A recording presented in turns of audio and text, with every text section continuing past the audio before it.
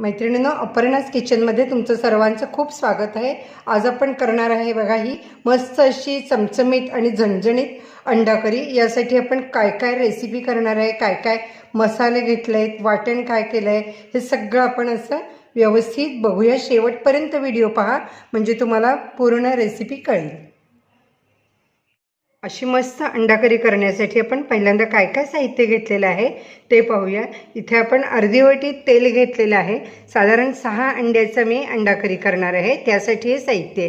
एक मोठा कांदा असा आपण लांब चिरून घेतलेला आहे, बारीक चिरलेला एक छोटा कांदा आहे आणि टोमॅटो आपण एक छोट्या साईजचा घेतलेला आहे। हा पूर्ण पिकलेला असा टोमॅटो आहे।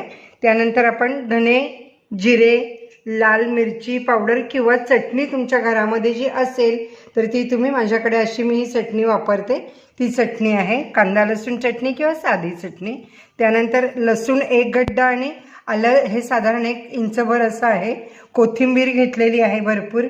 मसाल्यामध्ये मी इथे लवंग, मिरे, दालचिनी पण अगदी एक 4-4च, फार आपल्याला नको आहे एवढंच घेतलेलं आहे। मीठ, हळद आणि सुकं खोबरं थोडंसं खिसून घेतलेलं आहे हे आपण। आणि अंडी मी ही 6 अंड्याचे करायचे आणि एक एक्स्ट्रा असं 7 अंडी आपण यामध्ये उकडून घेतलेली आहेत। अंडी उकडताना तुम्ही कुकरमध्ये उकडा किंवा तुम्ही उकळत्या पाण्यात जरी टाकली तरी 5 मिनिटात उकडली जातात।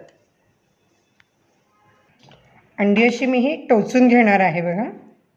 असं तुम्ही कटा चमच्याने टोचा किंवा तुम्हाला जर सुरीने टोचायचे असतील तर तुम्ही असं सुरीनेही खाचा मारल्या याला तरीसुद्धा चालतील। अशी सगळी अंडी आपण टोचून घ्यायची। 6 अंडी आपण घेतलीत, एक एक्स्ट्रा घेतलेला आहे।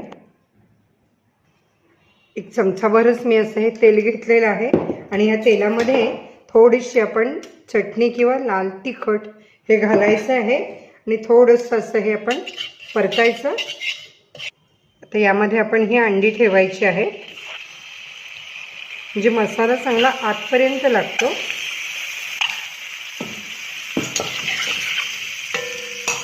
फक्त अशी हलवायची कढई।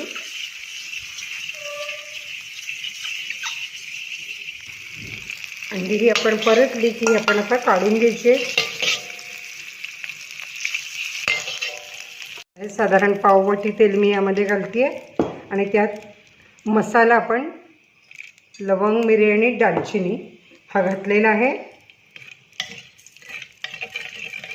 त्यामध्ये आपण आता हा कांदा घालायचा आहे, लांब चिरलेला आहे ना कांदा, तो चांगलं परतायचा कांदा, लाल व्हायला पाहिजे हा। असा कांदा चांगला ब्राऊन कलरचा करायचा आहे आपल्याला। तुम्ही जर प्रथमच व्हिडिओ पाहत असाल आणि जर सबस्क्राईब केलं नसेल तर जरूर सबस्क्राईब करा आणि बेल आयकॉन ही क्लिक करा म्हणजे आपण तुम्हाला नवीन नवीन व्हिडिओ असेच पाहायला मिळतील। आता कांदा चांगला बघा ब्राऊन झाला, रंग बदलला असा गोल्डन कलर। आता आपण यामध्ये धने आणि जिरे हेही घालायचे आहे म्हणजे हे लगेच आपण घातले की करपत नाही तसे। आणि खोबरंही घालायचं आहे, धने थोडे भाजले गेलेले कळतं आहे आपल्याला। इथे मी सुकं खोबरं घेतलं आहे, तुमच्या घरात जे असेल ते घ्या तुम्ही। ओलं खोबरं घेतलं तरीसुद्धा चालू शकतं। आपण निम्मं तेल हे भाजताना घेतलेलं आहे त्यासाठी। खोबरं छान खमंग भाजून झालं आहे, वासही येतो आहे, सगळं चांगलं भाजलं गेलेलं आहे। आणि मी आता गॅस बंद करते आहे आणि आपण यामध्ये आलं आणि लसूण हेही दोन्ही वाटताना घालायचं आहे म्हणून मी सगळंच असं एकत्र करते। थोडीशी आपण कोथिंबीर ही वाटताना घालायचीच आहे। ते आता सगळं मिक्सरच्या भांड्यामध्ये आपण काढून घेऊया। गॅस बंद आहे।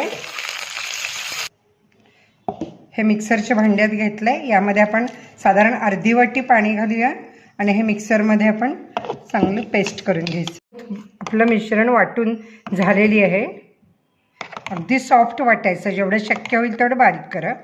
पहिलं भाजताना घातलेलं तेल होतं त्यातच आता हे मी थोडं परत ठेवलेलं तेल आहे ते ओतते। आता बारीक कांदा जो चिरलेला होता तो आपण इथे फ्राय करायचा आहे। 1 कांदा घेतला आहे मी, 6 अंड्याची आपण ग्रेव्ही करत आहे एका फॅमिलीची अशी। हळद आपण थोडी घातली यामध्ये, छोटा चमचा हळदीच्या डब्यातला आणि आपण चटणी जी घेतलेली आहे ते मी 2 ते 3 चमचे घालते आहे. तिखट आहे चांगलं झणझणीत.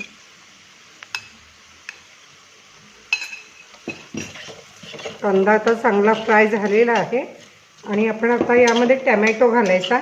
एकच टमॅटो घेतला मी आणि हा चिरलेला आहे. मी पेस्टमध्ये घातला नाही कारण आंबट होऊ शकतं म्हणून. टमॅटो पण चांगला शिजू द्यायचा. कांदा टमॅटो चांगलं परतल्यानंतर आपण ही जी ग्रेव्ही केलेली आहे ती सगळी यामध्ये घालायची आहे. ही ग्रेव्ही चांगली फ्राय होऊ द्यायची. तेल सुटेपर्यंत ही आपण फ्राय करायची आहे, परतायची चांगली. अशी आपण ग्रेव्ही परतायला लागले की कांदा हे काय तेल सुटायला लागतं बघा. तेल असंही दिसतंय, तेल कडेकडेने येत आहे. तर इतकं तेल सुटेपर्यंत आपण ग्रेव्ही फ्राय करायची. आणि हे मी एक अंडं घेतलेलं आहे ते आता यामध्ये मी असं बारीक खिसणीने दोन्ही पिवळं आणि पांढरं खिसून घालणार आहे, म्हणजे याला टेस्ट छान येईल.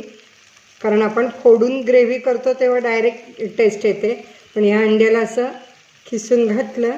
एका 6 अंड्याला मी 1 घेतलं. तुम्ही जास्त क्वांटिटी असेल तेव्हा 2 जरी खिसून घातलीत तरी चालेल आणि ग्रेव्ही मिळून येते ह्यामुळे.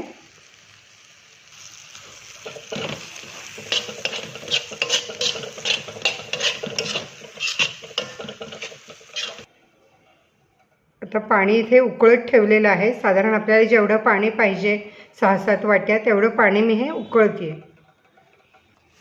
आता हे उकळतं पाणी आपण यामध्ये हळूहळू घालायचं आहे. आपल्याला जेवढं पाणी हवं आहे तेवढं घालायचं. साधारण करी ही बघा पातळच असते, खूप ही घट्ट नाही आहे. तुम्ही माझे व्हिडिओ पाहत आहात, तुम्हाला आवडतात का?